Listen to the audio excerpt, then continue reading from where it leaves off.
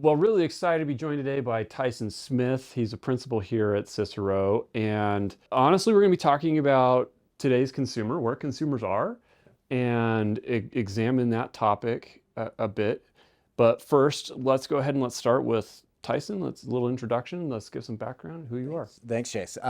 So I'm Tyson Smith, as you mentioned, and I have a long background in consumer behavior. That's kind of my area of expertise. It's the thing that I am most excited about when I come to work every day. And so I actually started out my career in large part here at Cicero in 2011, was here for a couple of years. And that's really what turned me on to wanting to understand consumer behavior, wanting to use data and primary research methods to collect that information and then use it as best as I could to make informed strategic decisions. So that was kind of a guiding light of my career for a long time. But I did leave Cicero for a while.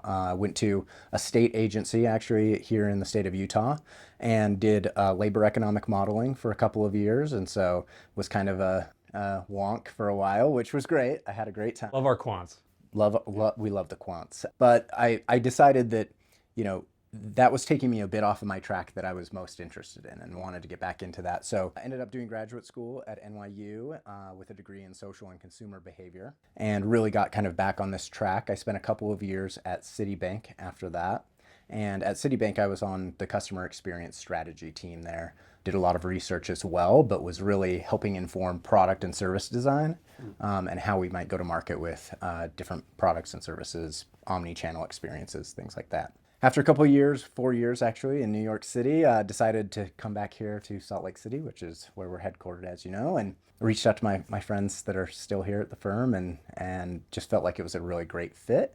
And so since coming back in April of 2019, I've really been focused on our sales and marketing strategy as well as our customer experience strategy here at the firm. Let's talk a little bit more about that. Let's just go ahead and we'll get in the conversation. What are some characteristics you're seeing with consumers these days? It's really interesting. So I'll start with kind of customer profile demographic information because that just kind of broadly defines the market that we're operating in, right?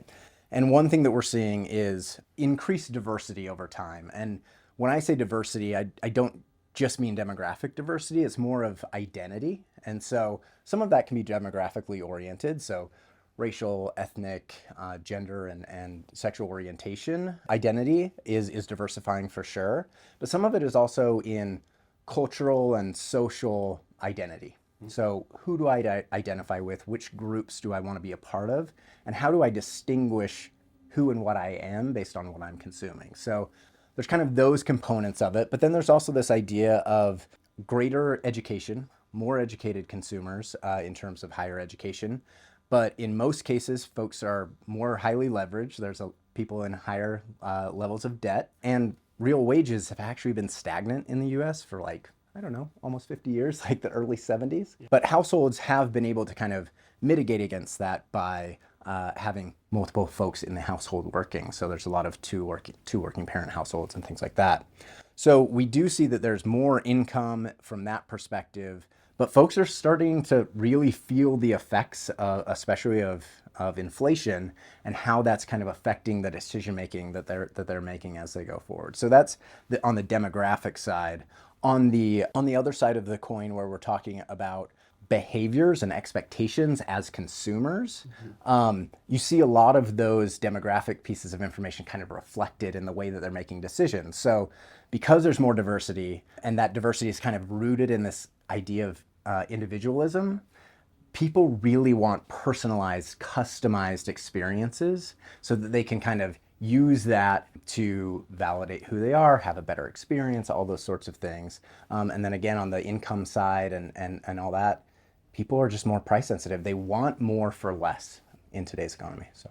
Well, I think talking on inflation, particularly, I know in politics, there's just so much conversation around why Americans are feeling that pinch when there's a lot of measurements that show that the economy is doing well, but it's not really reflecting, I think, people's lived experiences, and inflation really can be a large attribute of that.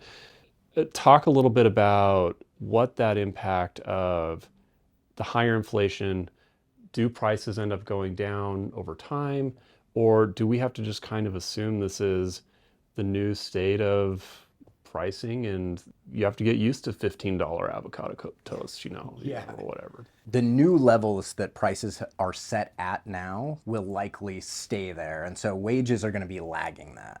So your question of will we see prices come down? I think we'll see inflation mitigate in the year over year changes in prices are going to be more stable, hopefully closer to that 3% range.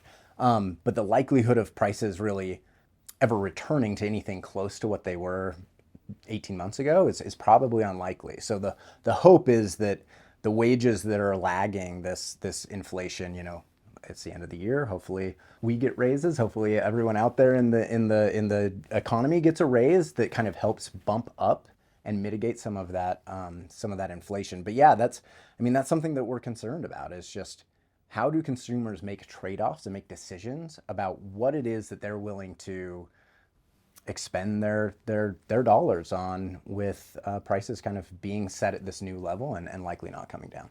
Well, and it seems like a lot of businesses are trying to figure out what that ceiling is of consumer spending. I mean, you mentioned that there's more dual income households than probably traditionally have been for a long time. In some of our engagements, what are you seeing with clients trying to figure out in their pricing strategies? What are some trends that you're seeing that businesses are trying to navigate with this new reality of they've got increased costs? Yep. And they don't want to necessarily directly pass it on to the consumer, but kind of have to. But so what are some trends that you're seeing with pricing, with this challenge, and businesses figuring out how to keep their businesses going, but with pricing realities that are hard? Yeah, no, it's been a big challenge for folks over the last year, and that's one thing we've been doing a lot of pricing work for that very reason.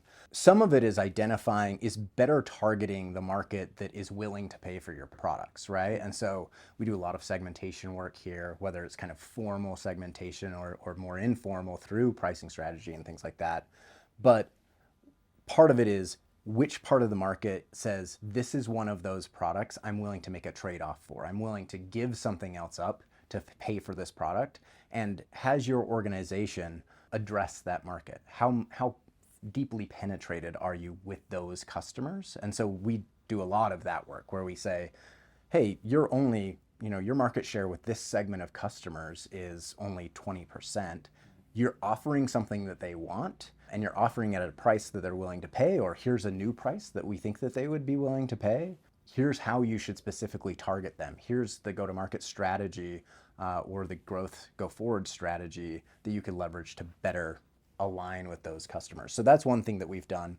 Other tactics that we try and employ with pricing is value-based pricing. It's just understanding what is the value of our product, and beyond that, what's the value of specific features within our product that we can better leverage to attract more customers that speaks to the marketplace. Maybe your base package, your base product is missing something that would really resonate with those customers and they're willing to pay for it. And again, this is maybe with a broader range of customers, but how do you get the organization that you're working with, our clients, to understand what it is that customers are going to value and then price it appropriately?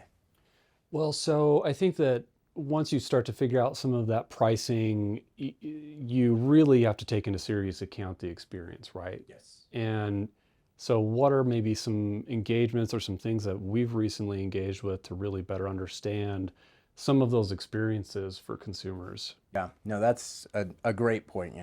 One of the things I was thinking about as I was preparing for this conversation was just how much experiential components of the consumer experience are so much more involved in their decision making, their loyalty, their likelihood to stay at your organization. And it really is something that we've just seen escalate over time. But I think with the pandemic being behind us, there really is a desire for folks to have the most efficient experience that they possibly can, but they also, it is now a table stake to have a pain-free experience, right? You can't expect that, well, if we remove all of the pain points from our customer journey, customers are going to have a great experience. They're going to be surprised and delighted, right, by the experience that we offer. It's like, no, that's a table stake. They don't want these pain points. Now you've got to find the points that do offer kind of joy points, right? Like moments of real jubilation. And For some products, that can be really challenging. Some products are much more transactional. The journey's much shorter.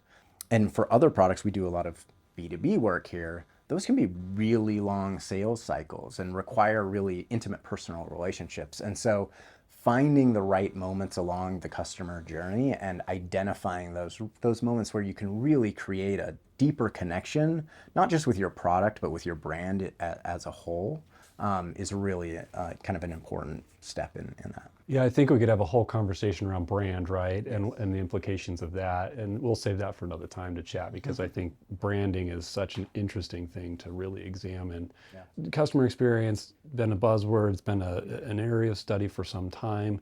What are you seeing though in the nearer term? What are some things on the horizon that are kind of up and coming in consumer behavior trends? Yeah, so I think some of the things that are not necessarily new, but are extensions of trends that we've seen in the past. Sustainability is still something that people are very much interested in and concerned with, but the nuance now is sustainability at a price point that they can manage, right? And so that's something that's going to be a challenge for organizations as they start to think about their break-even points and where it is they can offer an environmentally friendly product or service to a customer base that says, I really want and value this, but that is a kind of something that goes above and beyond. And if I have to pay too much for it, I just can't justify it given some of the constraints. And so sustainability is something that we've seen. Certainly social responsibility over the last few years it has really come to the fore. And so focusing on ESR goals and all those sorts of things, we really are hearing from customers how much that matters to them when it comes down to making a decision between, a few products or services that are on the marketplace. And so that can be a real differentiator, is an opportunity to say, we care about the things you care about. We are an organization that's going to put that forward and really achieve or at least try to achieve some of those goals. And so that's something that we've found is a trend that, again, I would say is somewhat ongoing. Another thing that I would say is somewhat emergent in that it is almost a return to the pre-pandemic life is we really are seeing this omni-channel experience kind of become return to prominence. So a lot of folks went purely digital during the pandemic, and there was a lot of amazing growth through that channel from customers, especially customers that had maybe never engaged in that way, an older customer set.